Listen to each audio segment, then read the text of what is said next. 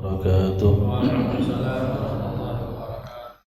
بسم الله الرحمن الرحيم. الفاتحة على هذه النية وعلى كل نية صالحة وعلى ما نوى سيد الحبيب عبد الله بن علوي بن محمد الحداد وعلى ما نوى الحبيب محمد بن زين الحبشي وعلى ما نوى الحبيب بكر محمد السقاف وعلى ما نوى الحبيب بن شهاب وعلى ما نوى شيخنا الحبيب بن حبيب وعلى ما نوى الشيخ الإمام الغزالي وعلى ما نوى الشيخ عبد المعطي محمد بن عمر النووي البندري وعلى ما نوى الشيخ الإمام جلال الوسود على هذه النية وعلى كل نية صالحة والشام بالرحمة والمغفرة وإلى حضرة النبي سيدنا محمد صلى الله عليه وسلم. شر الفاتحة.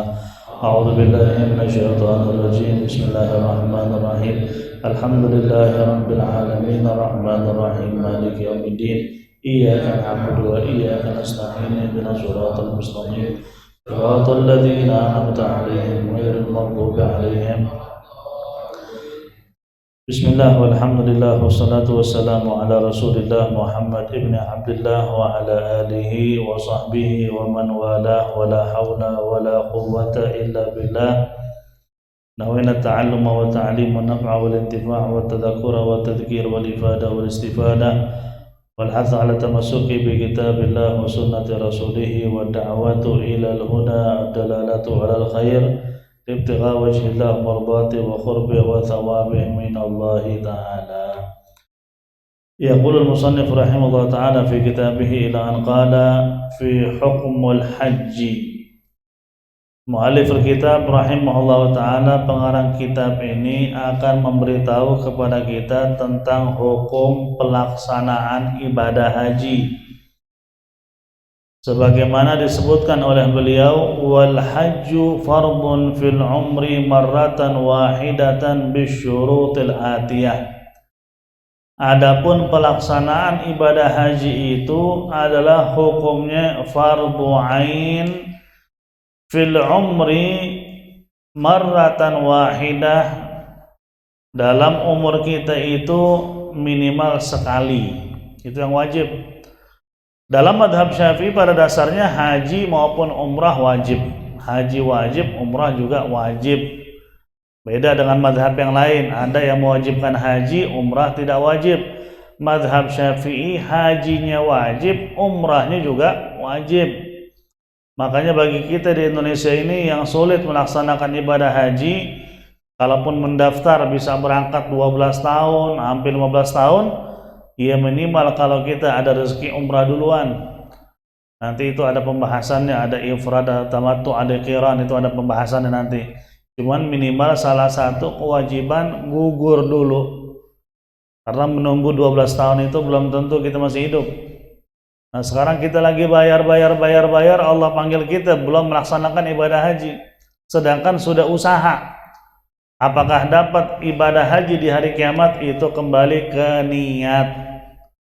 Kalau niat kita emang karena Allah dan mengharapkan pengampunan dari Allah, dan kita ingin melaksanakan haji itu benar-benar dari hati ingin menggugurkan salah satu kewajiban dari rukun Islam, insya Allah dapat pahalanya meskipun belum berangkat.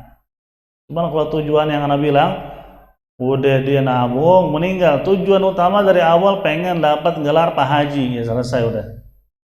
Karena juga yang begitu, berangkat haji bukan benar-benar haji, cuman dia pengen banget dapat predikat Pak Haji, pakai pici deh, nggak dipanggil Pak Haji nggak nengok.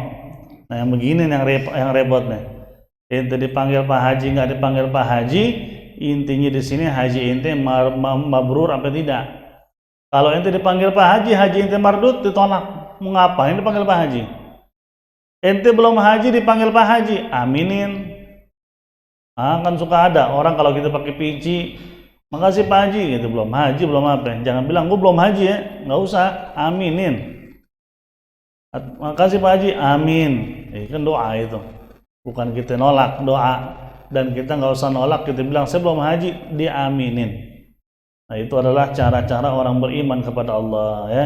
Kalau ingin kita punya haji mabrur, sudah dilaksanakan maupun tidak tergantung niat kita. Innamal a'malu binniyat. Apa syarat-syarat kewajiban melaksanakan ibadah haji? Kan kita udah bahas kemarin tentang kegiatan-kegiatan dalam melaksanakan ibadah haji, udah kita bahas. Cuman di sini kayak kebalik. ini dalam kitab Fiqhul Wadhih ini dibalik, harusnya kan hukum haji itu sebelumnya, baru bahas apa perbuatan dalam haji. Di sini agak dibalik, nggak masalah deh, kita ikutin. Wal hajju fardu fil umri marratan wahidah, melaksanakan ibadah haji fardu wajib, fardu ain dalam umur kita satu kali dengan beberapa syarat. Yang pertama al-Islam. Islam ini salah satu syarat melaksanakan ibadah haji maupun ibadah-ibadah yang lain dalam agama kita. Nggak bisa ada orang melaksanakan ibadah tanpa kuncinya. Kunci sahnya ibadah dua kalimat syahadat. Makanya kan rukun Islam itu nomor satu apa? Syahadat, itu kuncinya. Baru dengan syahadat dia sholat, puasa, zakat, haji. Ini langsung ke sholat, ke zakat, syahadat dilompatin, rukun Islam pertama. Itu sama aja masuk rumah tanpa buka pintu, dengan jembolin apa? Jendela, maling namanya begitu. Gak bisa, harus pakai syahadat. Maka dalam hal ini jumhurul ulama sepakat orang yang di luar Islam itu dilarang masuk ke haram Makkah dan haramul Madinah. Masuk ke sekitar Masjidil Haram dan masuk ke Masjid Nabawi dilarang. Kalau masjid selain dua masjid itu masih ada pembahasannya. Karena kita di Hadramut waktu belajar itu lagi kita di musholla sholat berjamaah dengan Habib Umar, itu ada salah satu orang dari Jerman, dia kerja di stasiun TV Jerman, datang hanya ngeliput seperti dia nyari sejarah-sejarah Islam di Yaman. Dia ngeliput kita lagi sholat, dia masuk ke musholla, di videoin, Habib Umar ngizinin. Karena mungkin tujuan Habib Umar saat itu dengan di videoin, siapa tahu tersentuh hati dia di syahadat. Di videoin, dikirim ke sono, di sono ditayangin, siapa tahu yang ngelihat apa? Kesentuh hati di syahadat. Ternyata benar tuh orang tuh yang videoin syahadat. Hitungan berapa hari tuh, kalau nggak salah 3 hari. 3 hari di Habib Umar minta diislamin. Pas diislamin dibilang, kenapa masuk Islam? Dibilang, saya benar-benar ngerasa nyaman melihat kalian sholat itu, hati saya bergetar. Nah, itu namanya hidayah. Hidayah dari Allah. Karena nggak sedikit orang rumahnya di samping Ka'bah dia ateis. Ada. Itu jangan pikir sekeliling Ka'bah sekarang Islam semua. Ada orang ateis di situ. Orang Arab. Ateis nggak percaya agama, rumahnya buka pintu langsung Masjidil Haram. Namanya apa itu? Hidayah. Hidayah kalau datang ente jauh ribuan kilo dari Mekah, dari Ka'bah, tetap aja akan menghampiri kita. Tapi hidayah itu adalah anugerah dari Allah tanpa kita mencarinya. Cuman kalau ingin dapat petunjuk hidayah wajib dicari. Cuman hakikatnya dari Allah, nggak bisa dipaksa. Makanya kan Nabi ketika melihat pamannya meninggal kafir kan sedih. Sedihnya luar biasa. Allah Subhanahu wa taala berfirman, "Innaka lan tahdi man ahbabta walakinnallaha yahdi man yasha." Wahai Muhammad, kamu nggak bisa memberikan hidayah kepada siapapun yang kamu cintai. Hidayah datangnya dari Allah udah. Itu adalah anugerah dari Allah. Makanya Abu Jahal, Abu Lahab tinggal sekeliling Ka'bah mereka. Bahkan mereka orang berhala dekat Ka'bah. 360 berhala. Maka kalau ada orang sekarang bilang aliran yang paling benar itu aliran yang ada di Mekah, karena itu dekat Ka'bah. Kepercayaan di sana itu sebaik-baiknya kepercayaan. Kalau mereka bukan orang benar, udah pasti dimusnahkan sama Allah. Kan ada bahasa begitu. Maaf ya, seolah-olah yang beda aliran dengan kita nih, kayak Wahabi Salafi itu paling benar. Soalnya mereka basis di mana? Di sono dekat Ka'bah, udah pasti paling benar. Ente harus bisa jawab. Tempat suci bukan menandakan orangnya suci. Tempat suci belum menandakan orangnya suci. Buktinya apa? Abu Jahal, Abu Lahab tinggal nggak jauh dari Ka'bah. Tapi mereka musuh-musuhnya Allah. Jadi nggak ada dasar orang dekat Makkah itu udah pasti orang benar. Itu kembali ke manusianya. Orang kafir, harbi, mati di dalam Ka'bah sekalipun masuk surga atau neraka? Di neraka. Tempat nggak bisa nyelamatin dia. Yang nyelamatin adalah imannya, bukan tempatnya. Maka di situ bodoh. Ada orang awam di Indonesia begitu. Dan itu ana dengar sendiri. Kalau benar mereka itu aliran nggak benar, aliran yang nggak sesuai dengan ajaran syariat Ahlussunnah wal Jamaah yang benar, kenapa mereka itu bisa megang dan menguasai Mekah dan Madinah? Ana bilang baca sejarah, biar ente tahu kenapa mereka ada di sono. Dan itu bukan menandakan aliran mereka aliran benar, karena tempat nggak bisa menunjukkan orang itu benar. Karena orang-orang munafik di zaman Nabi bikin masjidnya megah. Nabi disuruh resmiin. Ketika Nabi balik dari perang Tabuk, kalau nggak salah ya, Nabi begitu balik mau resmiin, malaikat Jibril turun, jangan masuk. Nabi bilang kenapa? Mereka orang munafik. Bikin masjid tujuannya bukan karena Allah, pengen mata-matain kegiatan kamu, wahai Muhammad. Kamu ngapain aja dimata-matain, mereka ngasih informasi ke kafir Mekah, biar mereka bikin strategi nyerang. Tapi bikinnya apa? Masjid, judulnya masjid. Maka itulah nggak bisa menjadi patokan. Semua kembali ke manusianya. Inna akramakum indallahi. Nah, itu udah jelas. Orang yang paling mulia di antara kamu yang paling bertakwa, bukan yang paling dekat rumahnya dengan Ka'bah. Jawab begitu, itu jangan apa? Jangan bodoh kalau dia ngomong begitu. Oh iya juga ya, udah pasti aliran dia benar soalnya dekat Ka'bah ya. Hah? Bilang Abu Jahal juga rumahnya dekat apa? Dekat Ka'bah. Kemudian yang kedua, syarat yang kedua di antara syarat melaksanakan ibadah haji yaitu al-bulugh atau baligh. Apa itu baligh? Baligh itu adalah sampai ke usia sudah bertanggung jawab atas dosa maupun pahala. Itu disebut baligh. Balagha haddat taklif, dia sampai ke usia di mana dia wajib melaksanakan ibadah dan dosa meninggalkan ibadah. Maksudnya sudah mulai dicatat amal perbuatannya oleh raqibun atid. Itu usianya itu. Berapa usia baligh tergantung manusianya. Cuman minimal usia baligh itu laki maupun perempuan 9 tahun ke atas. Jadi kalau perempuan tiba-tiba haid umur 9 tahun, 9 tahun kurang 14 hari, itu sudah dinyatakan baligh. 9 tahun kurang 17 hari, belum. 9 tahun 15 hari ke bawah itu udah dinyatakan apa? Haid ya. Jadi 9 tahun kurang 2 minggu. Itu udah haid tuh. Kalau keluar darah dianggap haid. 9 tahun kurang 3 minggu belum. Darah yang keluar itu namanya darah apa? Penyakit, suruh periksa. Karena belum waktunya. Cuman jarang emang perempuan itu haid usia 9 tahun kecuali orang dulu. Maka jangan heran orang dulu itu nikah masih kecil-kecil. 9 tahun sudah haid emang. Ibaratnya 9 tahun itu kalau dinikahkan sudah bisa hamil punya anak zaman itu. Dan mereka badannya apa? Bongsor-bongsor, tinggi-tinggi, nggak kayak sekarang 9 tahun masih ingusan. 18 tahun aja masih ingusan, hampir 9 tahun. 18 tahun suruh nyapu kagak bisa. Coba ada yang punya saudara, yang udah perawan, disuruh-suruh udah malas mamanya. Gimana mau kawin? Lah orang dulu 9 tahun udah bisa nyapu, bisa ngapel, bisa masak seperti Siti Aisyah. Makanya kan ada orang yang kurang ajar, mulutnya itu harus dijahit kayaknya, apa diapain, apa kita kasih beton kali mulutnya. Islam, Nabi nikah sama anak kecil, sama anak ingusan, dan anak ini adalah nggak mikir lagi nikah sama aki-aki. Itu ada, itu dengar kan? Anak mau bahas lagi, setan cuman bentuknya manusia. Ini bahasa begini nih pantas sampai kagak? Itu satu. Kedua, jawabannya kayak gimana? Emang logikanya saat itu Siti Aisyah 9 tahun. Rasulullah umur berapa? 50 atas, 51 tahun ke atas saat itu. Nikah sampai 9 tahun, kok bisa? Satu. Ini sebagai ilmu buat antum-antum nih kalau ada orang ngomong gitu.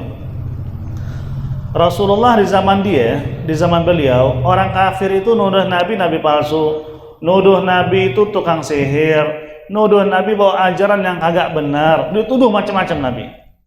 Tapi ada gak dalam sejarah ada orang kafir nuduh Nabi nikah sama anak kecil? Baca sirah manapun, nggak mungkin ada. Nggak mungkin ada orang kafir bilang Muhammad nikah sama anak kecil. Kenapa? Saat itu rata-rata nikah masih kecil. Makanya nggak ada orang saat itu apa? Ngatain Nabi nikah sama anak kecil. Soalnya rata-rata di situ nikah sama apa? Masih kecil-kecil. Emang badannya bongsor-bongsor, tinggi-tinggi. Itu satu. Kedua, di Indonesia nggak usah di sono deh. Ente tanya sama kakek ente kalau masih hidup, orang dulu nikah umur berapa? Anda punya kakek nikah 14 tahun umurnya. Bini umur berapa? Ini orang dulu nikah masih bocah-bocah udah dinikahin. Lah itu coba deh tanya deh. Sama kakek nenek ente orang dulu nikah umur berapa? Nggak ada nikah di atas 20 tahun, kagak ada. Rata-rata 15 tahun ke bawah. Udah pada kawin. Kenapa? Emang zaman dulu satu faktor apa? Tubuhnya emang berbeda. Mereka lebih apa? Lebih cepat dewasa karena lingkungan.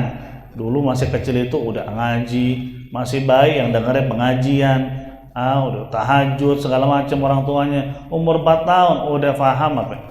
Baca. Umur 4 tahun udah bisa baca Quran. Jadi umur 9 tahun tuh udah matang bener udah.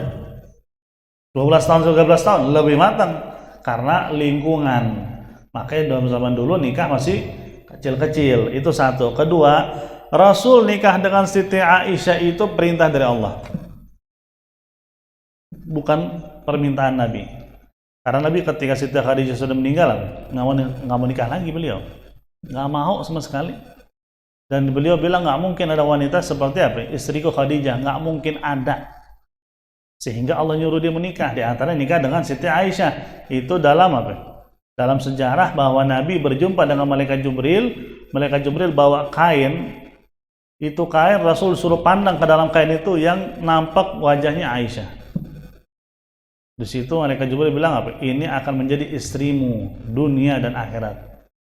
Di situ baru ngomong Mama Abu Bakar Siddiq. Abu Bakar Siddiq girang. Abu Bakar Siddiq nggak mungkin nolak dapat menantu Nabi Muhammad SAW. Udah teman dekat menantu lagi.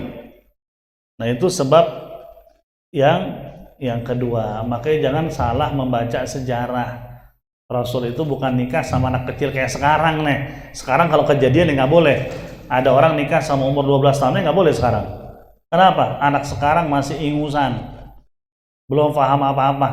Anak dulu udah pada dewasa.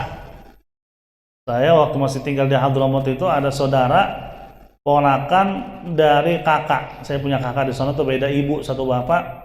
Pas nikah usia beliau itu ini perempuan 13 tahun. Saya hadir pernikahannya. Bongsor. Kita kalau ngeliat orangnya kayak umur 21 tahun, bongsor, umurnya 13 tahun. Dan anak-anak sekarang itu bisa bedain anak-anak sekarang nih. Umur berapa nih? 15 tahun segini. Dia punya anak 2. Ini sebagai contoh aja nih, sebagai contoh. Maka disitulah jangan salah memahami apa? Memahami sejarah itu yang terjadi. Itu jangankan di Mekah Madinah, di daerah lain, negara lain pun apa? Sama dulu masih nikah masih apa? Masih kecil-kecil tapi sudah balik. Balik itu kan 9 tahun ke atas. Kalau perempuan itu tanda baliknya banyak. Dia bisa haid umur 9 tahun. Dia bisa juga mimpi basah umur 9 tahun. Dan dia juga bisa balik karena usia 15 tahun. 15 tahun itu usia maksimal untuk orang dinyatakan balik. Mau dia haid kek, mau kagak kek, mimpi basah kek, mau kagak kek, 15 tahun itu udah final, dia udah balik. Cuman kalau di bawah 15 tahun harus dia haid atau mimpi basah. Jadi 3 tandanya itu perempuan, haid, mimpi basah, usia 15 tahun. Kalau laki tandanya cuma 2. Mimpi basah usia 9 tahun ke atas atau mencapai usia 15 tahun. Perempuan ada 3. Itu menunjukkan kalau perempuan itu emang pada dasarnya dia punya syahwat lebih tinggi. Syahwat apa? Bukan syahwat itu, syahwat segalanya. Kalau ngeliat barang kagak mau berhenti. Gitu. Itu perempuan. Pengen macam-macam, cuman yang ngerem siapa di sini? Lakinya. Kalau laki yeyein nggak habis sudah itu. Nggak ada remnya dia, apa yang dilihat juga pengen apa? Pengen dibeli. Nah itu fitrahnya perempuan, tinggal diarahkan.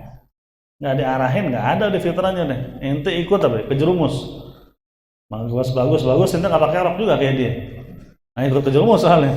Maka di situ hati-hati. Perempuan itu emang harus diatur dan diarahkan. Laki harus bisa menjadi pemimpin. Teman bukan berarti pelit.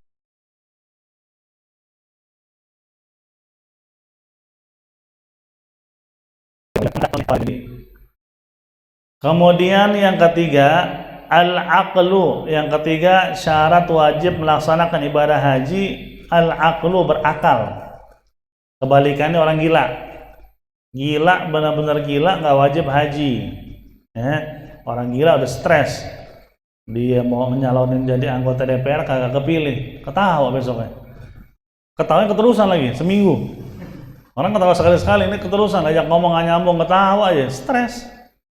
Gara-gara dia udah naruh surat rumah di bank, udah minjam buat kampanye, udah macam-macam miliaran keluar. Ujung-ujungnya nggak kepilih, gila dia. Nah, ini sebagai tamparan juga buat orang-orang yang haus akan apa? Kepemimpinan, haus akan jabatan. Udahlah, ngapain maksain? Kalau emang Allah sudah berkehendak nggak terpilih. Walaupun duit itu banyak yang keluar. Itu nggak banyak duit keluar, cuman nyalonin diri, Allah kepilih deh. Cuman jadikan sebagai penyakit nih, duit harus disebar-sebar. Nah ini penyakit. Nggak di negara kita doang, di kebanyakan negara begitu. Kepengen meraup suara, berarti kan tujuannya nggak baik. Inti kalau sudah menjadi pemimpin dengan sogok, tujuannya udah apa? Dari awal menjadi pemimpin aja udah apa? Udah nyogok, udah begitu aja deh. Kalau jadi pemimpin zaman Nabi dulu, ada sahabat yang beri Nabi, sahabat mulia, bukan sahabat yang biasa maksudnya, sahabat yang dikenal. Tiba-tiba ngomong ke Nabi, ya Rasul kasih aku apa? Jabatan di Syam, supaya aku bisa mimpin di sana. Tujuannya baik dia, bukan tujuannya nggak baik, pengen ngatur di sana, biar benar-benar di sana tuh menjalankan syariat sebagaimana yang Nabi apa? Ajarin. Nabi bilang apa ke sahabat itu? Padahal sahabat mulia. Kata Nabi, kami tidak akan memberikan kepemimpinan kepada orang yang memintanya. Orang datang minta jadi pemimpin, kita nggak bakal kasih. Nabi malah langsung nunjuk sahabat yang nggak pernah kepikiran untuk menjadi pemimpin. Ente yang ke Syam, kaget deh. Lah saya nggak ngerti apa-apa, Rasul, saya orang bego. Ente udah. Malah yang dipilih yang kagak pernah kebayang jadi pemimpin. Nah itu cara Nabi. Sekarang maksain. SD kagak lulus, ngurus juga udah kayak cacing. Luar duit banyak, di DPR duduk, mewakilin kita lagi. Yang diwakilin S3, S2, dia kagak pernah lulus SD. Tapi jadi pemimpinnya dari DPR. Ngaco nah. Nah, ini jelas kejadian, bukan enggak. Tapi kayaknya sih untuk sekarang nggak ada ya. Dulu-dulu ada, kayaknya. Anda juga nggak tahu, kayaknya juga sih. Kemudian yang keempat, al-hurriyatu.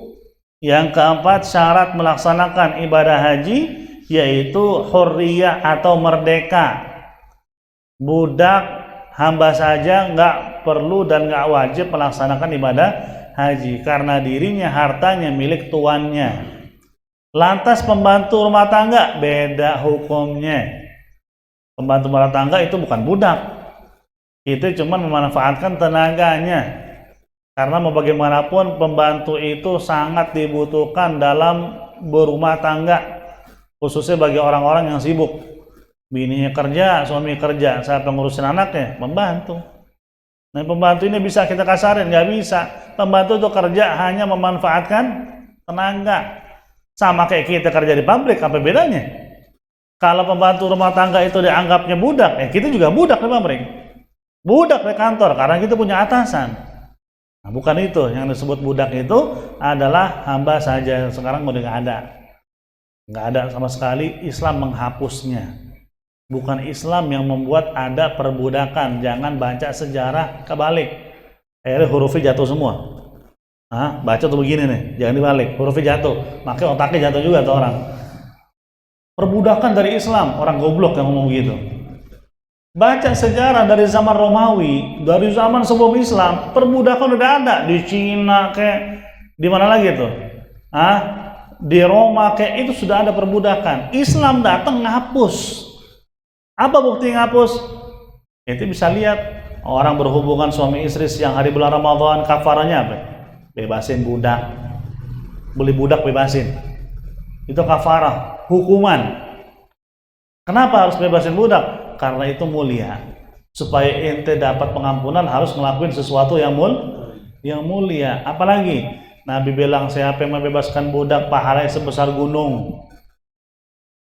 Siapa yang begini, siapa yang begini. Lebih banyak hadis tentang membebaskan budak.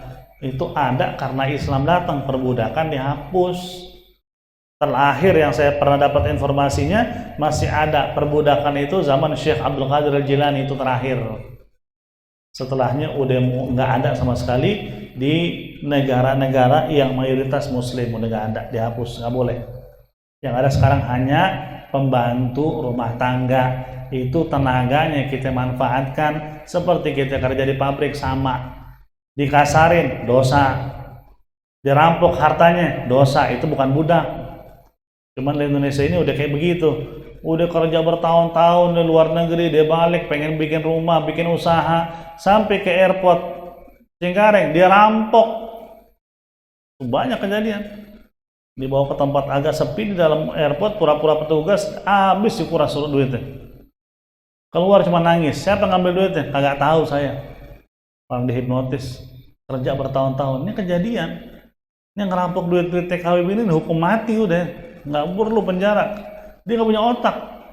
Orang antara hidup dan mati kerja di negara orang, masih bagus nggak digebukin sama tuannya. Tuannya baik, dia ngumpulin mau balik, mau buka usaha, dia rampok. Yang begini sih kalau anda jadi presiden, anda hukum mati semuanya. Nggak pakai persidangan lagi, hukum mati di tempat maksudnya. Tembaknya di situ, tinggal tuh pembantu nunjuk, nih yang ngambil duit saya, tembak palanya. Ya kasihan, dia nggak mikir sama sekali bagaimana keadaan apa dan penderitaan orang-orang yang kerja di luar apa?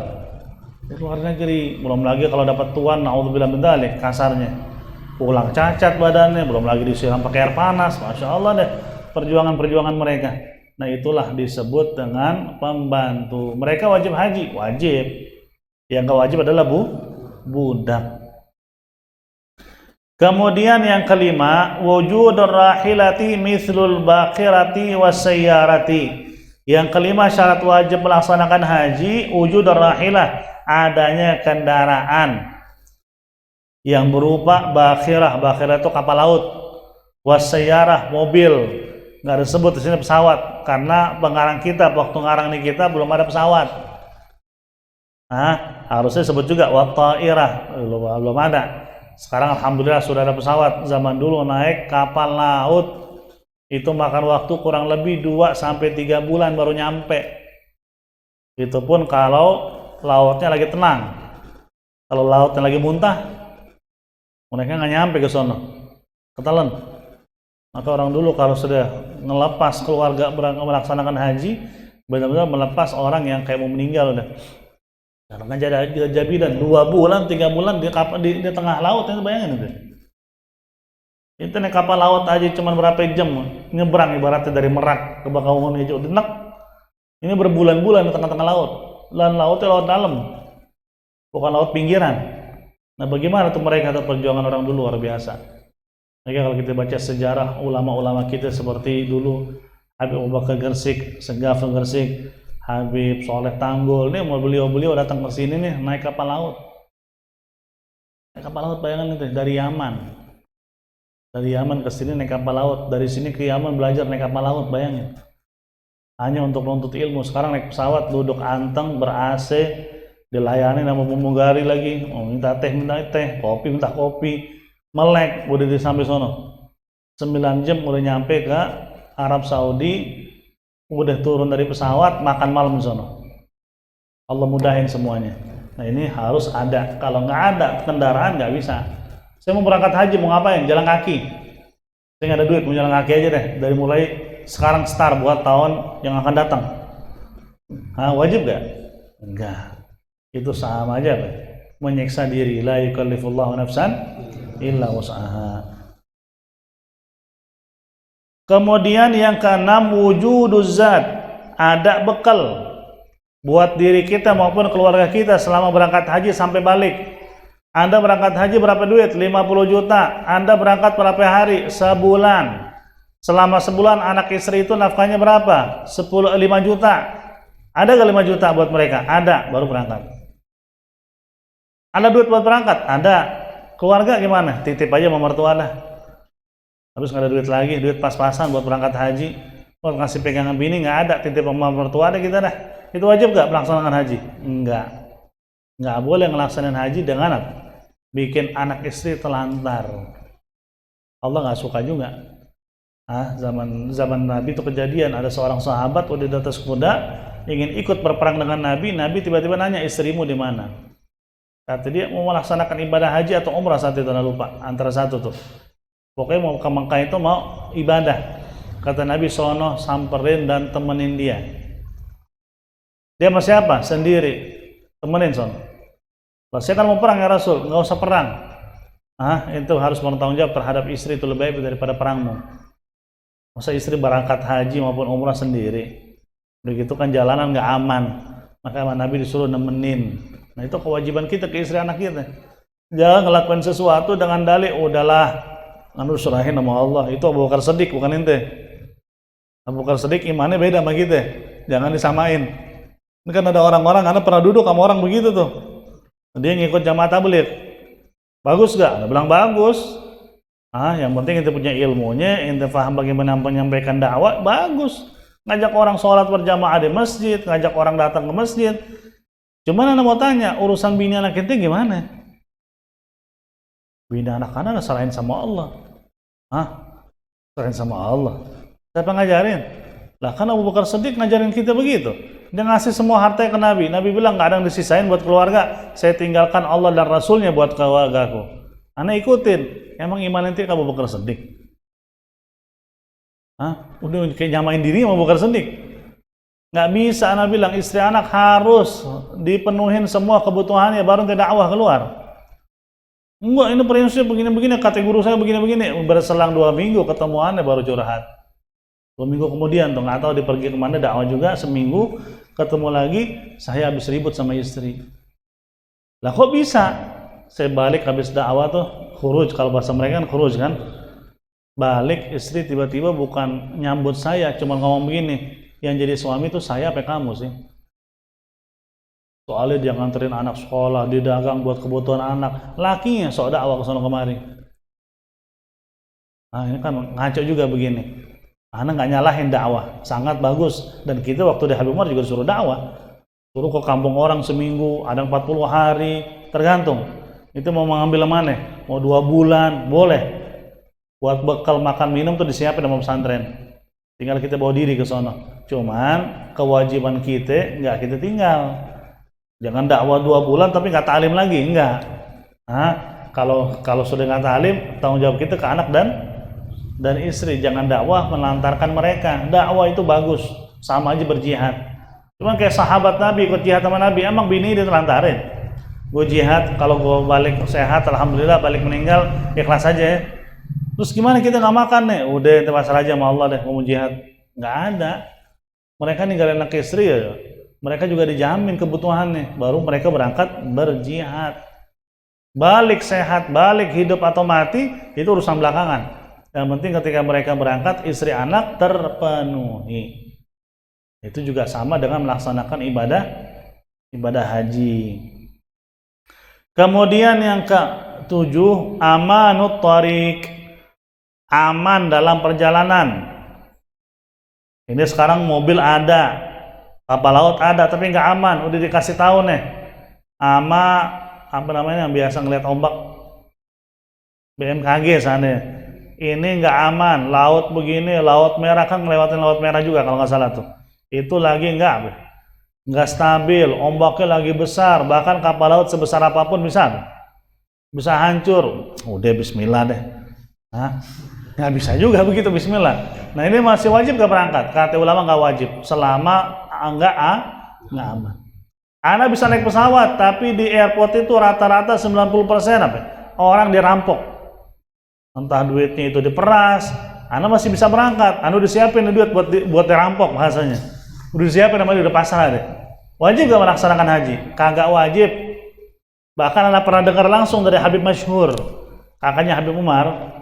Kalau ada orang punya penyakit rasa takut tinggi naik pesawat, duit ada, banyak melimpah, kaya raya. Tapi kalau naik pesawat bisa pingsan deh. Sangat ketakutan, sampai gemeteran. Masih wajib nggak? Kata Habib Masyhur, nggak wajib. Nggak wajib dia haji. Karena dia haji sama aja maksain diri. Ada orang begitu, masuk pesawat udah keringet dingin. Belum berangkat nih pesawatnya. Begitu berangkat, Masya Allah, di kumat kamit sampai balik, sampai nyampe. Ditawarin makan, nggak dulu, nggak fokus dia. Nah ini juga berlebihan begini gimana? Kasihan. Yang ada berangkat ketakutan, nyampe sono dia ngedrop karena nggak makan seharian penuh. Belum lagi baliknya dia begitu. Kata Ibnu Masyhur, nggak perlu diberangkat kalau begitu dah. Itu sampai itu menjadi udzur untuk tidak wajib melaksanakan haji. Luar biasa, habis segitu Islam. Selama ente mampu zahir batin, fadhal, dan itu wajib. Cuman kalau ada sedikit apa? Sesuatu yang membahayakan diri ente nggak wajib. La yukallifullahu nafsan illa wus'aha. Yassiru wala tu'assiru, mudahkan jangan dipersulit ya. Cuman insya Allah orang yang begitu, kalau bahasa kita parnoan ya, harus diajarin juga. Ente apa yang ente takutin? Ini di langit soalnya kalau jatuh wassalam. Naik mobil juga sama. Naik mobil karena di darat nggak kenapa-napa gitu, ngantuk bentar aja wassalam itu. Jadi semua yang ngelindungin kita Allah kasih dia apa ya? Semangat, sehingga dia berubah, naik pesawat tenang, berangkat deh. Memang harus diobatin juga, bukan berarti udah nggak perlu berangkat, nggak wajib. Ya tetap diobatin tuh, dia punya karakter, karena dia orang yang kaya raya, wajib melaksanakan haji. Karena dalam hadis Nabi yang artinya barang siapa yang punya kemampuan, dia tidak melaksanakan ibadah haji, fa in syaa yamutu yahudiyan aw nasraniyan aw majusiyan, dipilih memati Yahudi, memati Nasrani, memati Majusi. Dia ada duit kalau melaksanakan haji, pilih mau mati apa ente? Yahudi, Nasrani, dan Majusi. Itu mati di luar Islam, kan bahaya. Itu kasih support ke teman ente yang begitu. Ente mau begitu? Hanya gara-gara ketakutan naik pesawat. Ente naik pesawat sama aneh. Ente mati, ane juga mati. Kenapa ente nggak takut? Ente takut. Kalau masalah takut, gue juga takut mati. Cuma jadi kita pasrah, dia berdoa. Masa ia mau melaksanakan haji dibikin celaka? Jadi kasih di support sehingga dia mau melaksanakan ibadah. Diobatin dulu sebelum berangkat sehingga dia benar-benar ngerasa aman dan nyaman. Kemudian yang ke-8, imkanus sair. Imkanus sair ini maksudnya apa?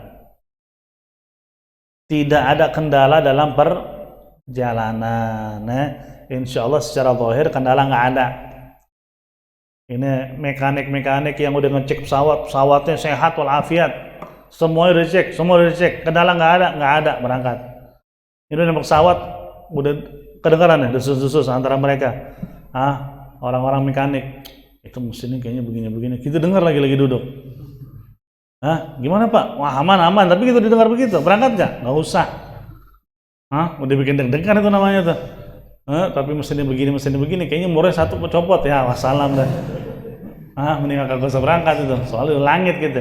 Kalau sudah benar-benar imkanus sair, perjalanan apa yang memungkinkan itu wajib. Perjalanan nggak mungkin nggak wajib. Inilah 8 syarat untuk kewajiban melaksanakan ibadah haji. Jika satu aja nggak ada, nggak wajib.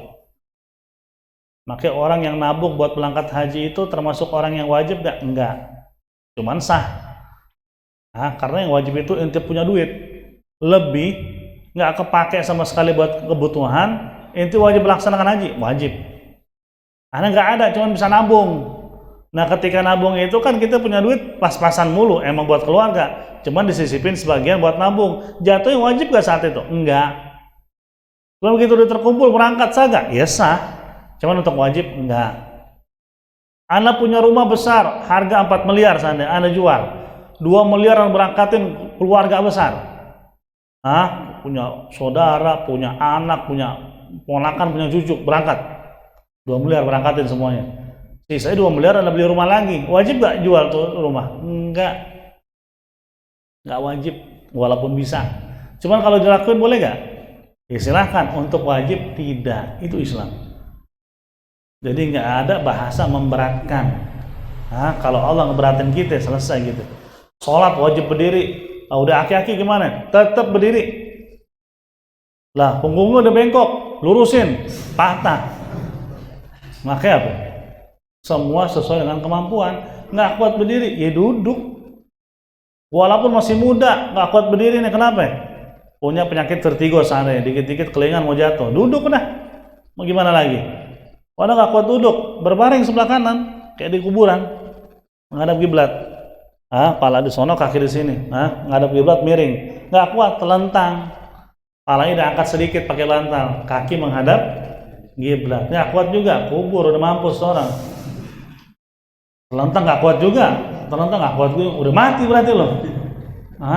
Maka itulah ibadah sesuai dengan kemampuan kita. Itulah Islam luar biasa, mudah. Cuma kadang-kadang nih ada aliran-aliran bikin Islam tuh serem. Halal, haram. Ini hukumnya begini, ini hukumnya begini. Potong lehernya, serem bener dengarnya. Tapi Islam nggak begitu sama sekali nggak begitu. Ada hukum pancung, ada. Cuman itu melalui proses hukum. Orang berantem sama orang, pulang ngambil golok, dibunuh. Hukum mati, tapi dengan proses. Dia lihat saksi bagaimana, dia bela diri apa kagak. Bela diri kenapa nih? Dia megang pisau gak? Tuh orang yang dibunuh? Enggak, tangan kosong. Justru yang ngebunuh pulang ngambil pisau dulu. Ini namanya orang rencana pembunuhan. Ada saksi? Ada. Dijatuhin hukuman mati. Begitu dijatuhin, keluarga almarhum ditanya, korban, maafin nggak? Maafin, kagak jadi hukuman mati. Itu Islam. Bukan langsung orang bunuh orang, langsung pancung, taruh lapangan. Enggak begitu. Semua melalui proses.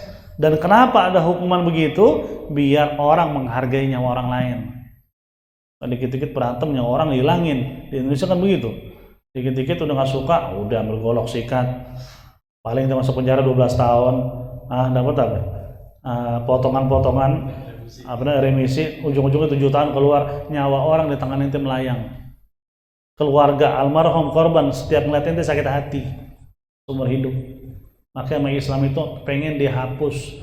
Gimana caranya nyawa orang itu berharga, gak boleh ngelangin. Kelihatannya doang serem, orang dipancung serem juga ya. Lebih serem di Indonesia mutilasi. Coba deh, kalau ada orang bilang, Islam begitu ya, pancung ya, serem juga hukumnya. Ente bilang di Indonesia bukan hukum pancung, orang bunuh orang tuh dimutilasi. Tangannya di tong sampah mana, palanya dikali, lebih gila lagi deh. Kadang-kadang ditaruh kresek. Palanya ini ususnya kiloin deh, masak. Lebih gila lagi di Indonesia. Makanya disitulah kalau ada hukuman mati yang tegas, orang insya Allah nggak bakal berani ngilangin nyawa orang, nggak boleh sama sekali. Mau orang non muslim aja nih, kalau orang non muslim bilang saya nggak setuju dengan hukuman mati, keluarganya dibunuh, apa yang di otaknya? Orang hukum mati pasti begitu dia. Kemarin lo bilang nggak setuju, nanti dengan keluarga lo dibunuh minta hukuman mati. Kenapa? Sakit hati nggak bisa terobati, nggak bisa. Maka di situ melalui proses hukum. Ternyata ente bela diri, dia pegang pisau, ente rebut, ente tusuk, daripada ente ditusuk, ente nggak bisa dihukum mati. Ada saksi, ada bukti, nggak bisa dihukum mati. Ente bela diri. Ente bela benar-benar hukum, bunuh dia dengan sengaja, dia nggak ada apa? Nggak ada perlawanan dengan pisau. Ente yang bawa pisau, ente bunuh. Itu pun nanti tergantung keluarga korban. Maafin nggak? Oh nggak, harus dihukum mati. Dihukum. Kita maafin, udah urusan dia sama Allah. Jadi hukuman mati? Enggak. Nggak jadi. Nah itu Islam. Semuanya proses, nggak langsung apa? Memvonis. Sama potong tangan nggak semua orang nyolong potong tangan. Itu ada jumlah yang ditentukan. Berapa dinar itu ada jumlahnya, minimal berapa dinar. Insya Allah nanti anda bawa. Berapa dinar itu kalau dicolong baru ada potong tangan. Di bawah itu, ibaratnya sekarang nyolong cuma 50.000 dipotong, enggak. 100.000 kagak. Emang di penjara dikasih ta'zir. Dikasih hukuman, entah itu di penjara berapa hari, entah itu telinganya disentil sama 1.000 orang, terserah deh. Intinya bukan potong tangan, biar dia nggak mau nyolong lagi, walaupun jumlahnya sedikit. Nah begitu semua proses. Wallahu a'lam bishawab. Insyaallah nanti kita masuk ke pembahasan tentang arkanul hajj. Nah, Anda bilang di sini semuanya dibalik pengarang kitab, tapi nggak apa-apa kita ikutin. Melaksanakan ibadah kan udah kita terangin kemarin, cuman sekarang tentang apa aja rukun haji, apa aja wajib dalam haji, apa aja sunnah-sunnah dalam haji ya. Wallahu a'lam. Ada pertanyaan? Dipersilakan. Fadhal. Ada yang mau ditanya? Fadhal.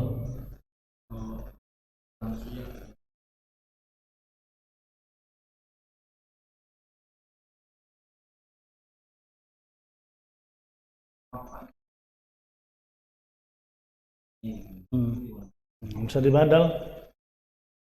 Bisa dibadal. Badal dalam ibadah haji itu bisa. Jadi diwakilin ke orang untuk haji buat kita. Jadi orang berangkat hanya haji buat kita, nggak bisa 2 haji sekaligus. Mentang-mentang gratis diberangkat, wah gua haji juga sekalian deh, nggak bisa. Itu hanya buat yang diwakilkan. Udah melaksanakan haji. Badal itu murah. Badalan haji itu murah. Kalau nggak salah, yang pernah dengar 7 sampai 9 jutaan badal haji. Biasa orangnya di sono sih emang. Orang udah ada di sono, perwakilannya di sono, dia langsung melaksanakan ibadah haji buatin tadi niatin. Bagi orang yang sudah tidak mampu atau meninggal belum melaksanakan haji. Masih sehat begini badalin ya kagak. Sehat, masih muda, males gua sono, jauh banget. Gua badalin 9 juta. Lah enak kalau begitu nggak ada melaksanakan haji.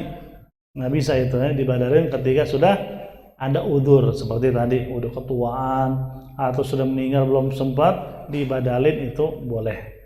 Satu-satunya ibadah yang bisa digantiin adalah ibadah haji.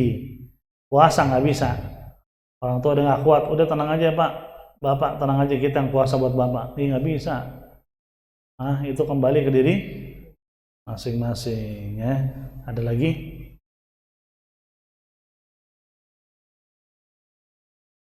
Nggak ada ya. Akhirnya wallahu a'lam bis-shawab. Al-Fatihah ala hadhihi niyyah wa ala kulli niyyatin shalihah wa ila hadratin nabi bisirril Fatihah. A'udzu billahi minasyaitonir rajim. Bismillahirrahmanirrahim. Alhamdulillahi rabbil alamin arrahmanir rahim maliki yaumiddin. Iyyaka na'budu wa iyyaka nasta'in ihdinas siratal mustaqim siratal ladzina an'amta 'alaihim ghairil maghdubi 'alaihim waladdallin. Amin.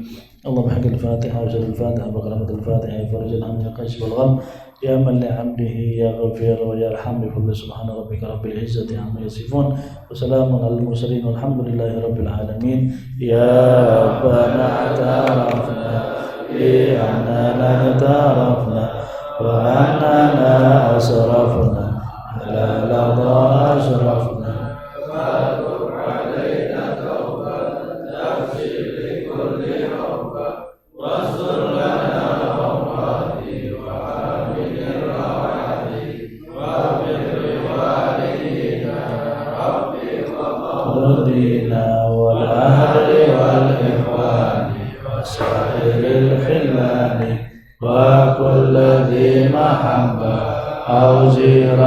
أو صبا والمسلمين أجمعين يا رب أسمع فضلا وجودا منا لا باكتساب منا بالمصطفى رسول أعظى بكل سور صلى وسلم ربي عليه عبد الحق وآله وصحبه إعداد تشيصني والحمد لله تناهي. والسلام عليكم ورحمة الله وبركاته.